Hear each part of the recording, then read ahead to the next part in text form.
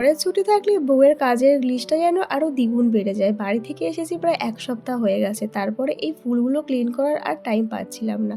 তাই ভাবলাম আজকে তোমাদের দাদাভাইয়ের ছুটি আছে, এখন এই ফুলগুলো একটু ক্লিন করি। আর দেখো এই ফুলগুলোর যে অবস্থা করেছে সেটা কিন্তু আমার মাম্মাম। ছোটোবেলাতে সবাই বলতো আমার মেয়ে নাকি খুব শান্ত, তবে যত বড় হচ্ছে দিন দিন যেন ওকে সামলানো একেবারে নাজেহাল অবস্থা হয়ে যাচ্ছে। এই ফুলগুলোকে এমনভাবে ছিঁড়েছে যে এইগুলোকে আর গতি করতে পারিনি, কোনো রকমে ফ্লাওয়ার ভাসে আটকে রাখি। তো যাই হোক, ফুলগুলো ক্লিন করলাম আর তারপরে আজকে বাড়ির পুরো ডিপ ক্লিনের ব্যাপার ছিল, সেটাও করেছি তোমাদের দাদাভাইয়ের কাছে মাম্মামকে রেখে। তো সকাল দিকটাও আজকে তাড়াতাড়ি উঠে গেছে, তার জন্য তাড়াতাড়ি করে ব্রেকফাস্টটা সেরে তারপর কিন্তু আমি ওপরে চলে এসেছিলাম এই কাজগুলো করতে। সকাল থেকে কাজে এত ব্যস্ত যে তোমাদের সাথে ইন্ট্রো দেওয়ারই টাইম নেই।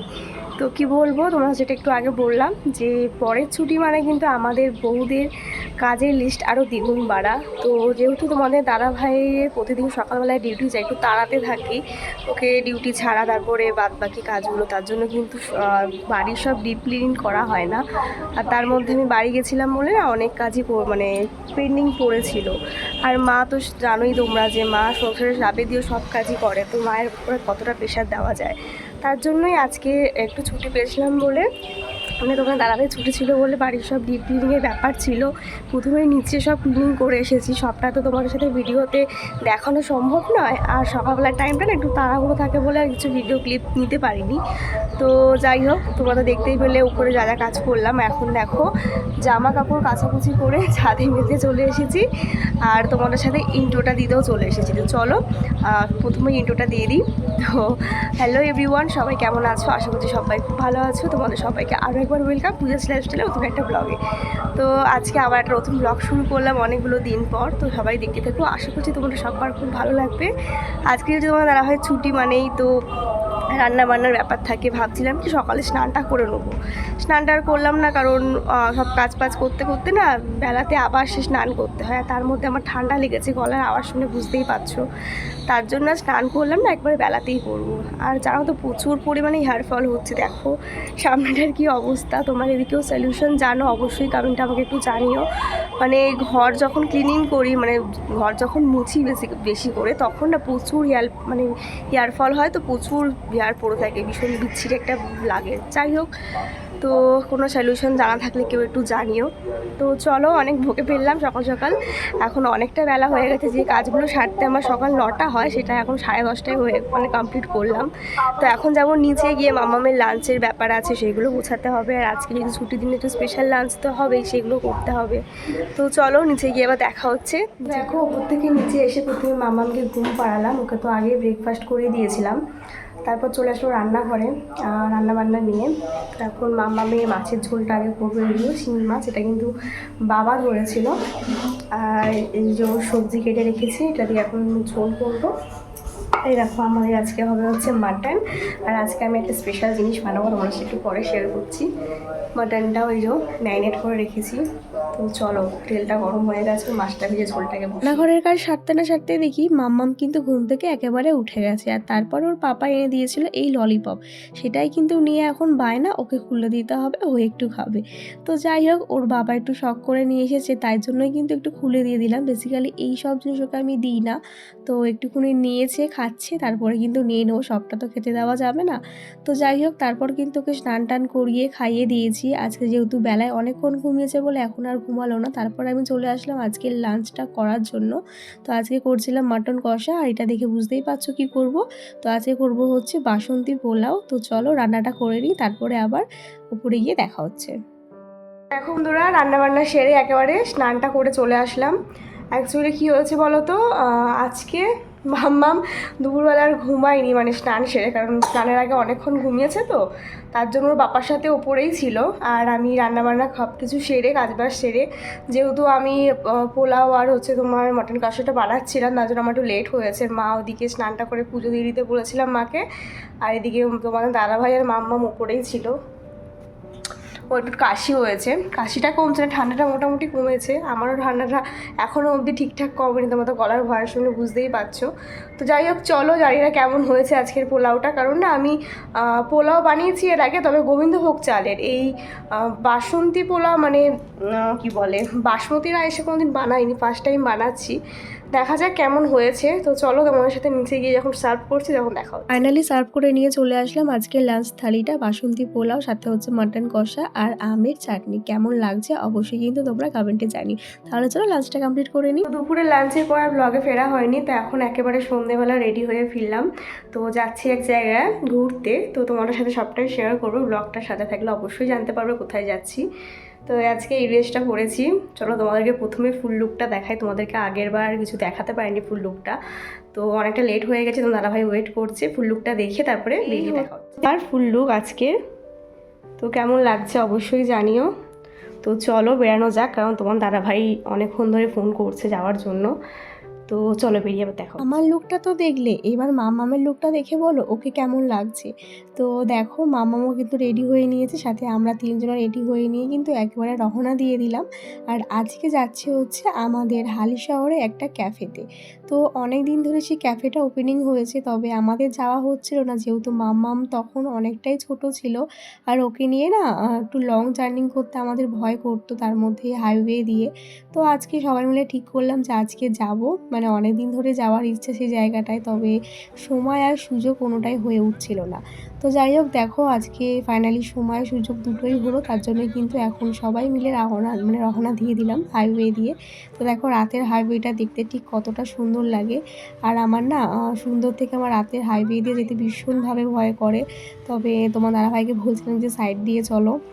আর দেখো চারিদিকে শুধু লাইট জ্বলছে, মানে ভালো একটা পরিবেশ আর কি। তো এদিকে আমি আর আমার দুই দেওর ছিল, ওরাও পাশে গাড়িতে ছিল। তো চারজনে মিলেই কিন্তু আজকে যাচ্ছি আমরা সেই ক্যাফেটাতে। তো দেখো এখান থেকে হালি শহরের দিকে টার্ন নিয়ে নেবো। টার্ন নেওয়ার পরে সেখান থেকে কিন্তু অনেকটাই রাস্তা, অনেক গলি দিয়ে যেতে হয়, পুরোটা তো ব্লগে দেওয়া সম্ভব নয়। তো দেখো তারপরে আমরা আলটিমেট চলে আসলাম সেই জায়গায়, মানে যে ক্যাফেটায় আসলাম আর কি আজকে। তো ওই দেখো এখান থেকেই কিন্তু সেই ক্যাফের লাইটিং শুরু হয়ে গেছে। তো এই ক্যাফেটার নাম হচ্ছে ক্যাফে একান্তে। তো অনেক দিন ধরেই ইচ্ছা ছিল এখানে আসার, তবে আসার আর হচ্ছিল না। তো দেখো ফাইনালি এখন আমরা এন্ট্রি নিচ্ছি, মানে ঢুকছি ক্যাফেটাতে। তো দেখিয়ে দিলাম তোমাদের সামনের ভিউটা কেমন ছিল, মানে সামনের অ্যাম্বিয়েন্সটা। তো খুব সুন্দর লেগেছে জায়গাটা আমার, তোমাদেরকে সবটাই ঘুরিয়ে দেখাচ্ছি চলো। তো এই হচ্ছে প্রথমে ঢুকতে গেট পড়ে এই ক্যাফে একান্তের। আর পরিবেশটা না ভীষণ ভালো লেগেছে আমার, তবে এটা একটু কাছাকাছি হলে আমরা হয়তো প্রতি সানডে এখানে আসতে পারতাম টাইম স্পেন্ড করতে, তবে একটু দূর তো, প্রতি সপ্তাহে আসাটা খুব টাফ।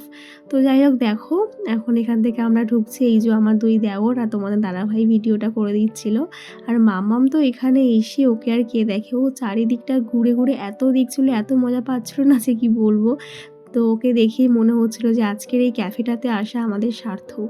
তো দেখো কত সুন্দর লাইটিং করা, আমার তো বেশ ভালো লেগেছে এই ক্যাফেটার পুরো অ্যাম্বিয়েন্সটা। আর চারিদিকে শুধু গাছপালায় ভর্তি, দেখবে গাছপালা থাকলে না এমনি সৌন্দর্য ফুটে ওঠে। তো দেখো ফাইনালি আমরা এখান থেকে ঢুকছি, দেখা যাক ক্যাফেতে। তবে আমাদের আসতে না একটু লেট হয়ে গেছিলো, আর একটু তাড়াতাড়ি আসলে হয়তো আমরা ওপরে যে কেবিনগুলো ছিল সেগুলো নিতে পারতাম। তবে যেহেতু লেটে এসেছিলাম বলে ওপরে কেবিনগুলো একটুও ফাঁকা ছিল না। তো প্রথমেই আমরা ঠিক করলাম যে সবটা ঘুরে ঘুরে দেখবো, তো চারিদিকটা ঘুরলাম। আর তারপর দেখো এখানে চলে আসলাম, এই জায়গাটাই হচ্ছে এই ক্যাফেটার মেন ফেমাস জায়গা বলতে পারো। তো সেলফি জোন, এখানে কিন্তু সবাই সেলফি তোলে। এই রিক্সাটা মানে আগেকার দিনে যে তোমার কলকাতার যে রিক্সাগুলো হয় সেইগুলোই কিন্তু এখানে ফটো তোলার জন্য সেলফি জোন করেছে। আর আমি একটু ফটো তুলে নিলাম, তোমরা তো আমার থাম্বনেলে দেখেই নিয়েছো ফটোতে কেমন লাগছিল আমাকে, অবশ্যই কিন্তু তোমরা কেউ জানাতে ভুলো না। তো সবার মতন আমিও ফাইনালি এখানে উঠে একটু ফটো তুললাম। আর তারপর দেখো মাম্মাম এই জাম্পিং বেডটার মধ্যে এসে একটু জাম্পিং করছিল, তবে ও খুব ভয় পাচ্ছিল বলে ও কাকাই একটু জাম্পিং করাতে হেল্প করছিল। তো যাই হোক আরেকটা কেউ হলো হয়তো মজা পেত। তো খুব ভালো একটা ইভিনিং কাটালাম আজকে সবাই মিলে, বেশ ভালো লাগলো। তো দেখো বললাম না আমাদের একটু আসতে দেরি হয়ে গেছিলো, তার জন্য কিন্তু আমরা ওপরে কোনো কেবিনটা আর মানে কেবিন বুক করতে পারলাম না, সব অলরেডি বুক ছিল। আর নিচের দিকটা দেখো সবই ফাঁকা। তো দেখো এখানে কিন্তু কারোর বার্থডে সেলিব্রেশন করার জন্য একদম পারফেক্ট জায়গা। আমার তো বেশ ভালো লেগেছে। তোমরাও জানিও তোমাদের কেমন লাগছে চারিদিকটা ঘুরে ঘুরে দেখতে। তারপরে লাস্টে আমরা একটা নিচেরই কেবিন বুক করে সেখানে বসবো বলে ঠিক করলাম, কারণ সবকটা কেবিন দেখলাম ওপরে বুক করা। তবে ঠিক করলাম যে কারোর বার্থডের একটা সেলিব্রেশন করানো হলে কিন্তু এখানে এসেই করব। আমার তো বেশ ভালো লেগেছে পুরো অ্যাম্বিয়েন্সটা। দেখো কত সুন্দর করে সাজানো গোছানো। তো এইখানে দেখো সবাই মিলে কটা ফটো তুললাম, আর তারপর কিন্তু ফাইনালি এখানে এসে বসে আমাদের অর্ডারটা দিয়ে দিয়েছিলাম। আজকে যেটা অর্ডার করব, যেহেতু লাঞ্চে একটু হেভি খাওয়া হয়ে গেছে বলে আজকে আর বেশি কিছু অর্ডার করলাম না। নিয়েছিলাম হচ্ছে চা, আর সাথে নিয়েছিলাম এরকম একটা পকোড়া না কবিরাজি কিছু একটা ছিল, আমার এক্স্যাক্ট এখন নামটা মনে পড়ছে না। তারপর দেখো প্রথমেই 1 কাপ চায়ের মধ্যে চুমুক দিয়ে দিলাম, আর চাটা জাস্ট অসাম ছিল। তবে এখানে এসে একটা জিনিসই দেখলাম, মানে প্রচুর কস্টলি না খাবার দাবার, ভীষণই মানে খুবই সস্তায় বলতে পারো। আর খাবারের টেস্টগুলো কিন্তু দারুণ ছিল, আমার তো বেশ ভালো লেগেছে। আর চাটা তো কোনো কথাই হবে না, চাটা না জাস্ট দারুণ লাগলো। আমি চা অতটা পছন্দ করি না, তবে এখানে এসে চা খেয়ে যেন চায়ের প্রেমে পড়ে গেলাম। তো সব মিলিয়ে আজকে ইভিনিংটা খুব ভালো মতন কাটলো। আর তারপর দেখো আবার মামামকে নিয়ে চলে আসলাম এই বাইরের জায়গাটা। আর মামাম এত খোলামেলা জায়গা পেয়ে না ও তো ভীষণভাবে মজা পাচ্ছে। দেখো কত আনন্দ করেই না ও চারিদিকটা ঘুরে ঘুরে দেখছে। আর ওর এই আনন্দ করাটা দেখে কিন্তু আমার আর তোমাদের দাদাভাইয়ের এখানে আসাটা কিন্তু পুরো সার্থক হয়ে গেছে।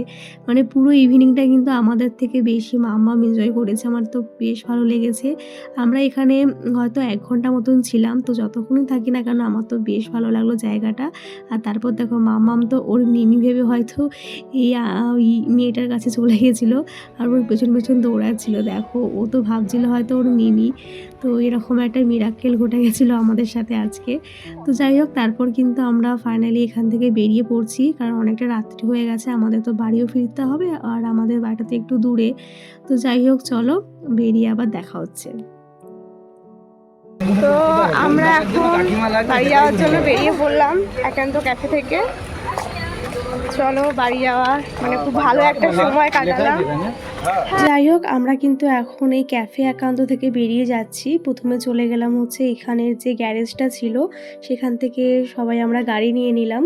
তো গাড়ি নেওয়ার পর কিন্তু এখান থেকে রওনা দিয়ে দিলাম, কারণ আমাদের অনেকটা পথে যেতে হবে। আসার সময় এসেছিলাম আমরা হাইওয়ে দিয়ে, মানে কল্যাণী হাই রোড ধরে। যাওয়ার সময় যাব হচ্ছে 85 রোড ধরে, কারণ আমাদের একটু নৈহাটিতে দরকার আছে। তো দেখো আস্তে আস্তে এই হালিশহরের রেলগেটটা, এটা কোন জায়গা আমি জানি না, তো যারা এখানে থাকো তারা তো অবশ্যই চিনবে।